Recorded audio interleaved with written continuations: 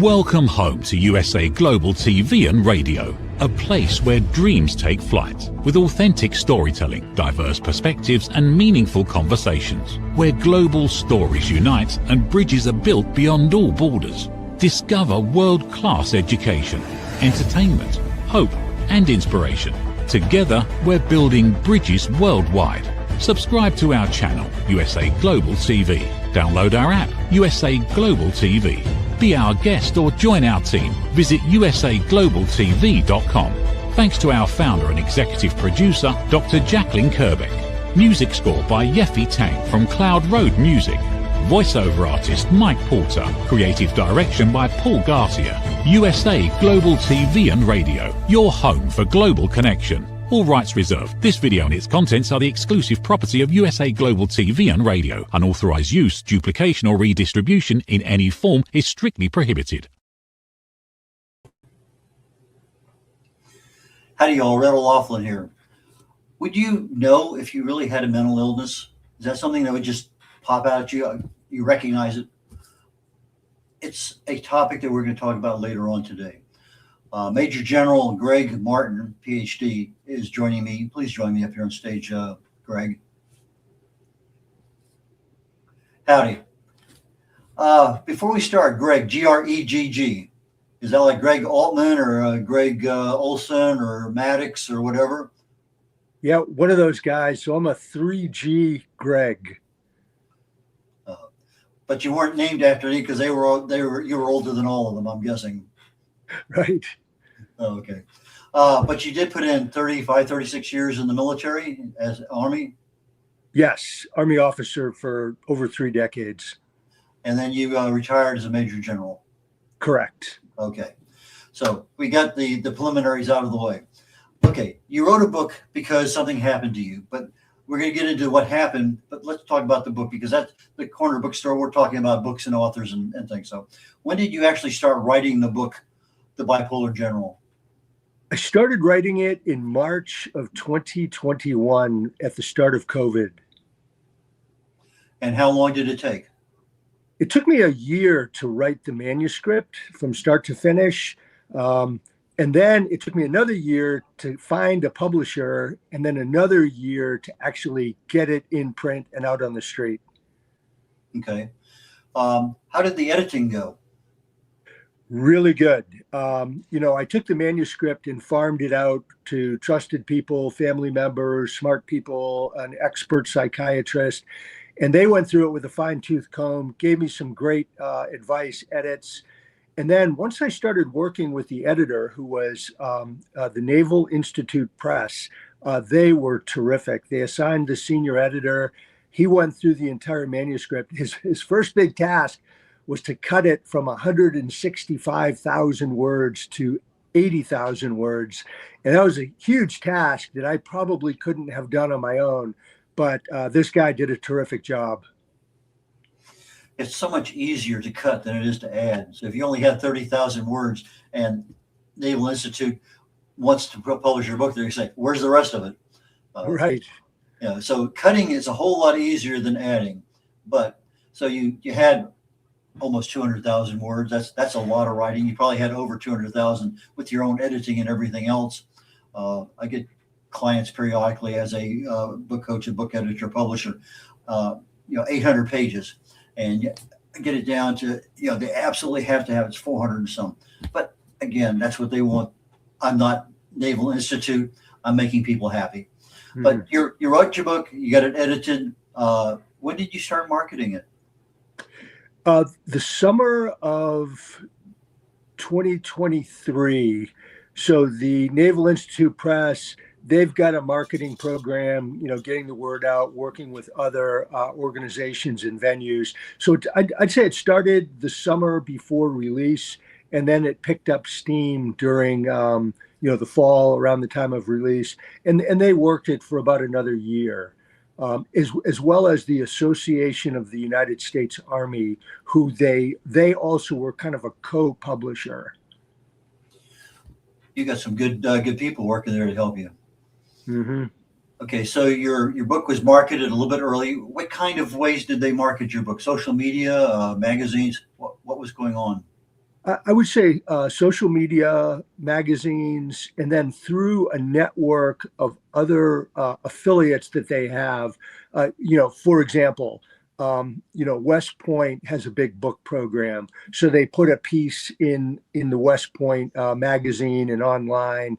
Other aspects of the U.S. Navy, there's military history outlets and things like that. So they worked it to get the word out in little concise synopses of the book through their channels.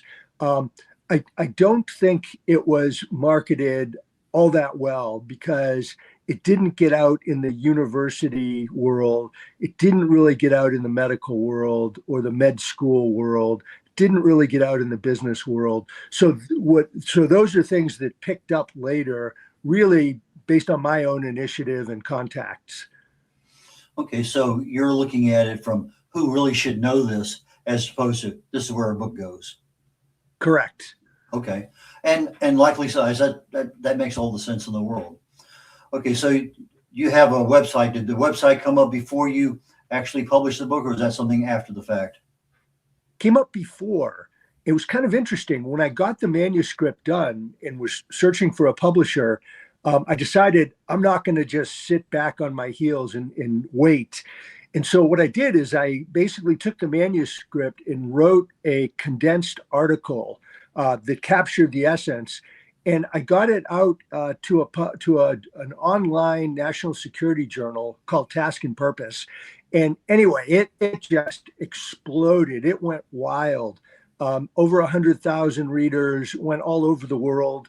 Drew a lot of attention, and I started getting requests for interviews and speaking and things like that. So I put together the website to facilitate that back in about May of 2022. One of the things I want to congratulate you on your website is you have a section there for an addendum that I was going through doing research on you, and that's something I've never really seen. Particularly from an author's perspective. It may be there for some professional speakers, but from an author's perspective, that was something that was a kind of a surprise. It gives a very wide, and not to say diverse because it wasn't, but focused aspect of what's happening throughout each of the chapters. Kind of chronicles the progress of the book. And brings out really the highlights. So if somebody really wanted to know a little bit more about it without buying the book, and I'm looking forward to buying the book, tell you right now, is that it's something I think of immense value in a website. And I'm trying to think to myself, how can I do that to mine? Excellent. So did you use AI anywhere? No, I did not. Okay. A lot of times AI is really good. I use it for videos, for marketing. I use it for a lot of different things. I research the human body at the cellular level. I really have a lot of in-depth analysis that I do. So I use it all the time. I'm probably on there at least an hour or more every day. And so it's more brainstorming than it is anything else. But for me, it works out very, very well. For a biography, for a romance novel, for a sci-fi novel, there might be bits and pieces that you might use, but I can easily see where it's not being used in there. Cover design. Let's talk about that. Yeah. So we came up with a bunch of different titles, various variations of what's on there. And when I laid them out, to the publisher, they immediately loved the title Bipolar General, My Forever War with Mental Illness. So that was like an immediate yes. Then I had about a half a dozen good pictures. We wanted to put a picture of me on the cover. And there were about a half a dozen good, solid pictures that we found, laid them out, and then immediately the head of the press said, "That's the one." And he told his people, it took him 5 seconds to decide. And he said, go purchase that, do a contract, get that photo so we own it. And, that was pretty much it. The size of the lettering and the way they put it together, They kind of took the title and the picture and they did their sort of artwork on putting it together. And I didn't have a whole lot to say about that aspect, but the title and the picture, I was intimately involved in, and they were yes on both. Okay. I guess the meds, the lithium, whatever you were taking at the time as you were writing the book, was there any interference from the bipolar as part of actually creating the book and editing and marketing it? No, none at all. In fact, my bipolar condition, which at that point was pretty much being managed, it was under control. So there was no, high level mania. There was no deep depression. So I was in this near continuous state of mild, productive mania for the entire writing of the book. So living on the bipolar spectrum actually helped me with energy, drive, focus, enthusiasm, creativity. So if anything, it helped me. Interesting. How long did it take you to get adjusted to where the meds were actually being effective? Well, I was diagnosed in November of 2014 after, years of mania. And then I fell into a terrible depression and also psychosis. Plus I had, all kinds of recurring thoughts of suicide. So in November 2014, I got the correct diagnosis, bipolar type 1 with psychosis, with PTSD. And for about 2 years, they were giving me different medications and treatments, and nothing worked. None of the meds helped me. I did electric shock therapy, didn't work. I was hospitalized. And then I finally started taking lithium about 10 years ago. And remarkably, within inside of a week, taking lithium, my symptoms of depression, suicidality, psychosis, and any return to mania, they all went away. And it happened that fast in about a week after 2 years of, well, actually, 10, 20, 30 years of very active bipolar. So it was a quick effect. And, lithium is the gold standard for bipolar disorder, and it worked extremely well for me. So if you're talking about 30 years you've had this, when did you actually start to recognize that you might have a problem, or did someone tell you?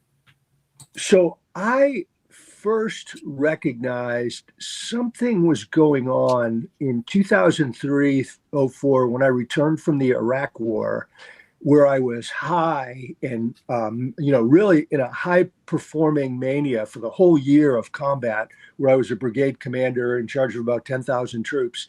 And so I performed really well, high energy. I now realize I was in a mania, but it was a highly productive mania. But when I got home from the war, I crashed into terrible depression, terrible. And I realized then, I didn't know it was bipolar disorder. I just said, hey, there's something wrong. This is not right that I've gone from such high energy, creativity, extroversion, all of that, to now I'm so low that I'm having a hard time functioning. Went to the doctor multiple times in depression over the next few years, and they said, you're fine. There's nothing wrong with you. And they couldn't see past the fact that I was a high performer, so they were blind to any type of mental illness. And then most of the time I was in mania, but when I was in mania, I felt great, like the smartest guy in the world. Like I felt like $1 million. So I never thought anything was wrong. So it wasn't until 2014, 10 years after I got home from Iraq, that I went into full blown mania. I still didn't know anything was wrong, but all the people around me did. And they started writing anonymous letters to my boss and my chain of command. And I ended up getting the chairman of the Joint Chiefs did an assessment and decided to fire me, force me into retirement, ordered me to get a psychiatric evaluation. And then that ultimately led to just a terrible bipolar crisis and ultimately hospitalization. Now, if I remember reading, you had John Hopkins misdiagnose you 3 times. Is that right? It was actually Walter Reed. Walter Reed. Okay. And you would think the experts there would be, but as you say, if you're a high performer, that kind of negates a lot of things. And even, is there a mental problem? I can see the disconnect. Absolutely. So being a high performer sort of hides and masks the condition to the doctors. They just can't see it. And that's not just in the military. I mean, that's in business, government, sports, arts. So they didn't see it. And they didn't have a complete picture. So when I went in a state of mania, I was very articulate, fluent, enthusiastic, convincing, and I wasn't trying to hide anything, but I came across in the most positive manner possible. In fact, one of the psychiatrists said that I was the most mentally stable flag officer he had ever seen. But then when I fell into depression, it was a different story. And I went back for my fourth evaluation at Walter Reed. This time my wife came with me, and the doctor looked at me, same guy, and he said, "You're depressed." And that was true. But what he didn't connect the dots on was that I had been manic for much of the time before. So he didn't put the bipolar manic depression together. And my wife said, "Yeah, doctor, you're right. He's depressed now, but before he was manic." And suddenly the doctor, he lit up and he said, "Describe what you mean by manic." So Maggie gave him the symptoms and he said, "Oh my gosh, mania, depression, this is bipolar disorder." And he got the diagnosis correct. Which was really a blessing for me, because you have to get the diagnosis right so you can begin to understand the condition to take appropriate action to get better. For the audience who may not know what bipolar is or manic, or I'm sure that we've heard the term mental illness, and there's so many different kinds. In fact, you're saying lithium. They use low dose lithium for potential Alzheimer's treatment. It's a very, very low dose. So it's interesting how it still works in the brain, but in a different part of the brain. But so if you were defining, if you would say, tell me something, what are the symptoms of bipolar? What are the symptoms of manic depression? Could you kind of give us a little bit of a brief on that? Yes. A good way to understand bipolar disorder is to think of it as a spectrum. And, prior to 1980, the condition was called manic depressive illness, tying together the idea of a spectrum ranging from, what we now call major depressive disorder. So, depression, on one far side of the spectrum, all the way through a range of conditions, all the way to unipolar mania on the other, and lots of different levels of high level being mania to low level being depression, various combinations of them to different levels of extremity. So that's kind of, the big picture of it.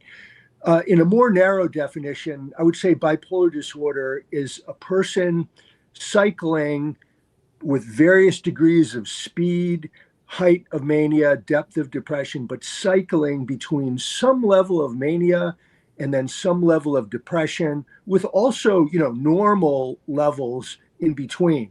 But mania is characterized by high levels of energy, less need for sleep, a lot of creativity, drive, focus. You don't need as much sleep. And in the higher levels, it begins to be characterized by some really destructive things like very serious impulsivity, grandiosity, religiosity, tremendous sexual promiscuity, irrational decisions like suddenly quitting a high-powered, well-paying job and have nothing to go to. I mean, that would be kind of a manic impulsive decision. So there's a whole bunch of these characteristics that put together define these different levels of mania from low to high. And in high levels of mania, I mean, it can lead to losing your job, being arrested, all kinds of negative outcomes. So it's a dangerous condition. Depression, on the other hand, is really just the opposite. low energy, isolation, withdrawal, confusion, inability to get the wherewithal to do basic daily tasks. Even getting out of bed is super difficult. Taking a shower can be crippling. Going and buying food at a grocery store can be overwhelming. And so you've got these two different conditions along the manic depressive spectrum. And then underneath the higher levels of mania and the deeper levels of depression are what they call, there's lower levels called mood temperaments. Like one of the things that I have, and it benefited me tremendously, is a mood temperament of what they call hyperthymia, which is a near continuous low level mania. So I had that since I was a teenager, unknown, unrecognized, undiagnosed. But what it did is it gave me this consistent high energy, drive, enthusiasm, problem solving skills, creativity. And it took whatever talents I had and it boosted and elevated them and helped make me extremely successful as a student, an athlete, and a leader, and really helped propel me to the high ranks of the Army. We're getting ready to go to a commercial break here very quickly. We'll be back in about a minute and a half. When we come back, I'd like to talk about stress and PTSD and your experience with that. So we'll be back in just a moment. What if many of the problems we associate with aging are not random? What if there are identifiable causes behind declining energy, chronic disease, and memory problems? We have been told that aging is simply something we must accept, that slowing down is normal, that growing older means growing weaker. But what if that's only part of the story? Why do some people remain active and engaged well into their later years? Why do others struggle with disease, fatigue, and declining health? What is happening beneath the surface? What processes drive aging? In Aging Sucks, researcher, educator, and author Red O'Loughlin explores what researchers have discovered about why we grow older. No medical degree required, no confusing jargon, just clear explanations of what researchers have discovered about the processes that influence aging. You cannot stop aging, but understanding its causes may help you make better decisions about your health, your future, and your quality of life. Because understanding comes before action. Action creates hope. Aging sucks. End the guesswork. There is hope.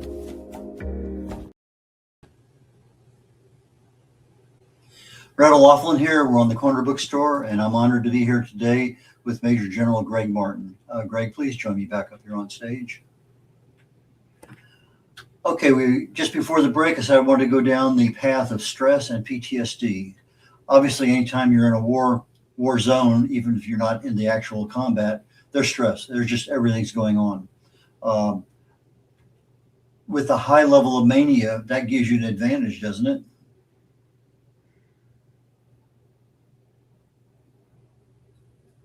Can you hear me? Okay.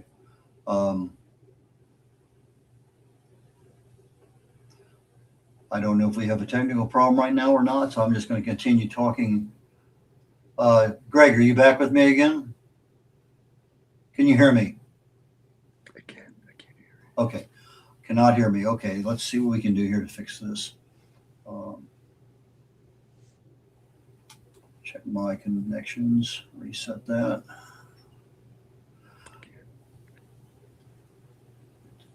Why don't you talk?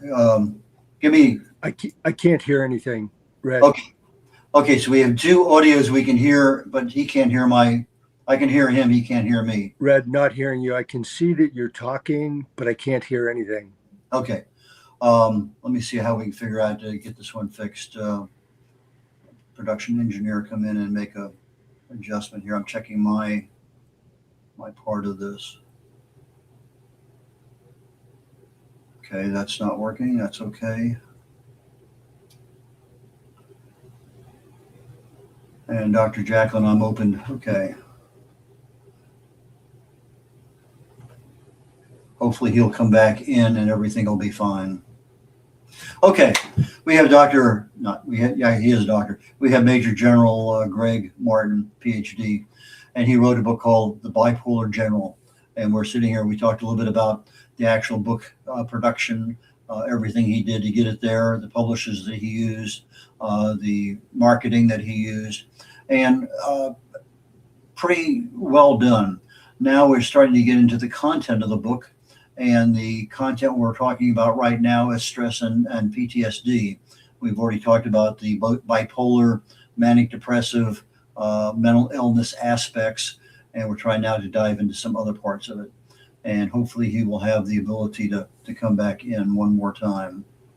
And mental illness is, okay, they're talking about what you've seen. Okay. Hey, Red, I can hear you now. Okay, testing 1, 2, you can hear me, great. Yes. Technology, you can't live with it, can't live without it. I know. It is what it is. Sometimes it happens. Okay, I'm glad you're back. I'm glad you're smiling. So we're going to keep going. Okay, before the break, I said, let's talk about stress and PTSD. And I was just introducing when we came back and you couldn't hear me. I said, when you're in a war zone, even if you're not in combat, you're still stressed. And I'm asked the question, being on a higher than normal level of mania, does that give you an advantage with that stress? I think that's a really, really good question. So, I had bipolar disorder. I was in mania. And I think that the stress of the job, the stress of combat, the pressure, it feeds into and fuels the mania and makes it go higher. And so in a way, I think, and that's, I've never been asked that question before. I think when you go into mania, it probably builds up kind of a force field and a shield that is protective against some of the worst elements of the stress and the PTSD and that kind of thing. And then later, I think when you settle down into a more normal state, I think that PTSD and pressure and stress and all that goes with it kind of fuels and elevates the mania. So it's a bit of a mixed reaction. Yeah, the reason I'm asking is, for my book right now that's out there on aging, one of the things is stress management, and stress creates a lot of individual molecular problems in the body, brain and otherwise, a lot of neurodegenerative stuff. So my thinking is that if stress activates it, maybe stress management controls it a little bit. Mm-hmm. Too analytical on this thing. I know from a depression and anxiety perspective, there's some dietary options that work very, very well. But I don't know if anybody ever talked to you about diet and everything you were going through with the mental illness, because those are issues that are also controllable to a degree. Yes. So based on the research and the understanding that I have, there's, pros and cons of various types of diets.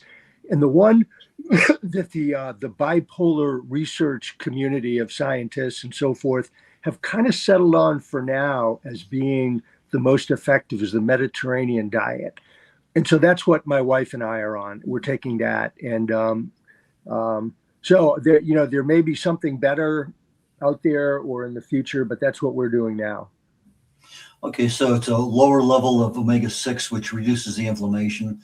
It's a higher level of omega-9, which is the olive oil, which there's a lot of unknown about it.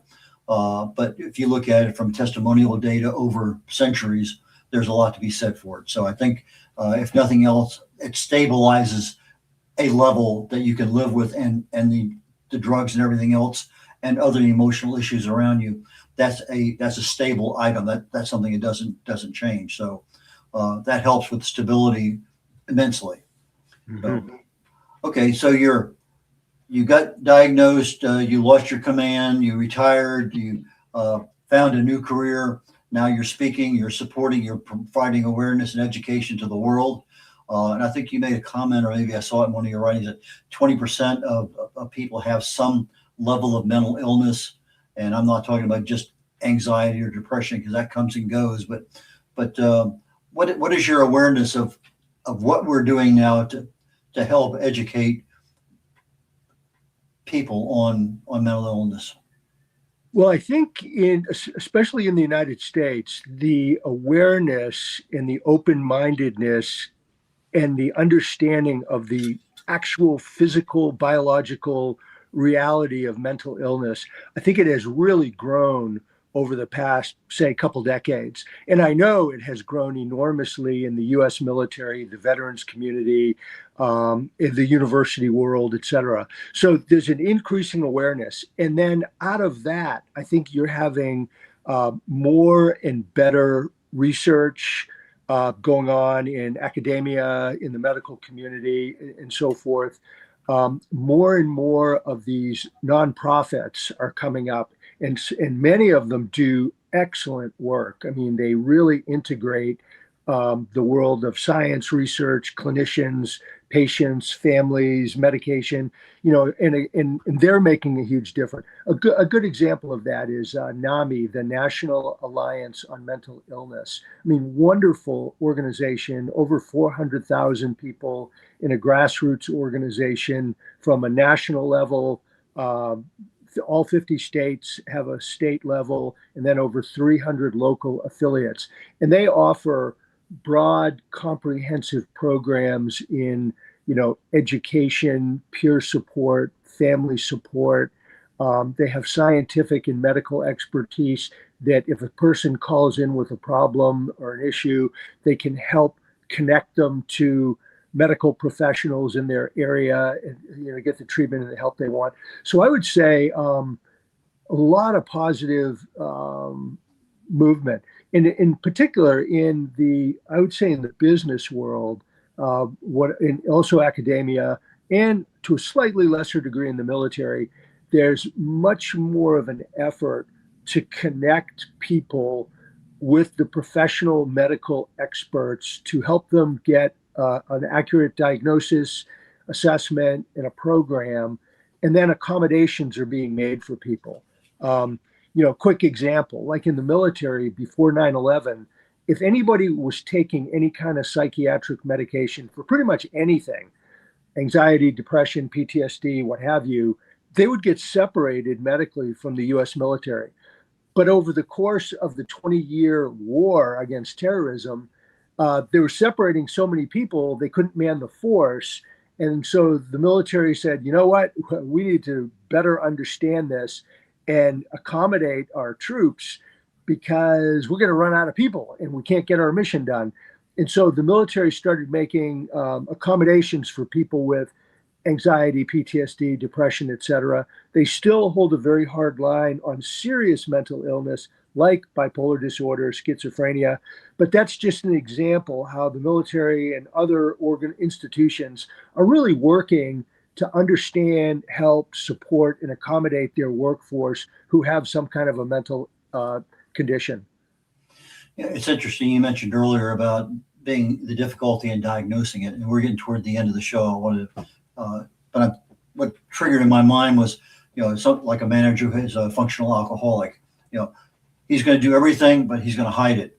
You're not hiding it because you didn't know it, but the high level masks just like somebody's doing it on purpose.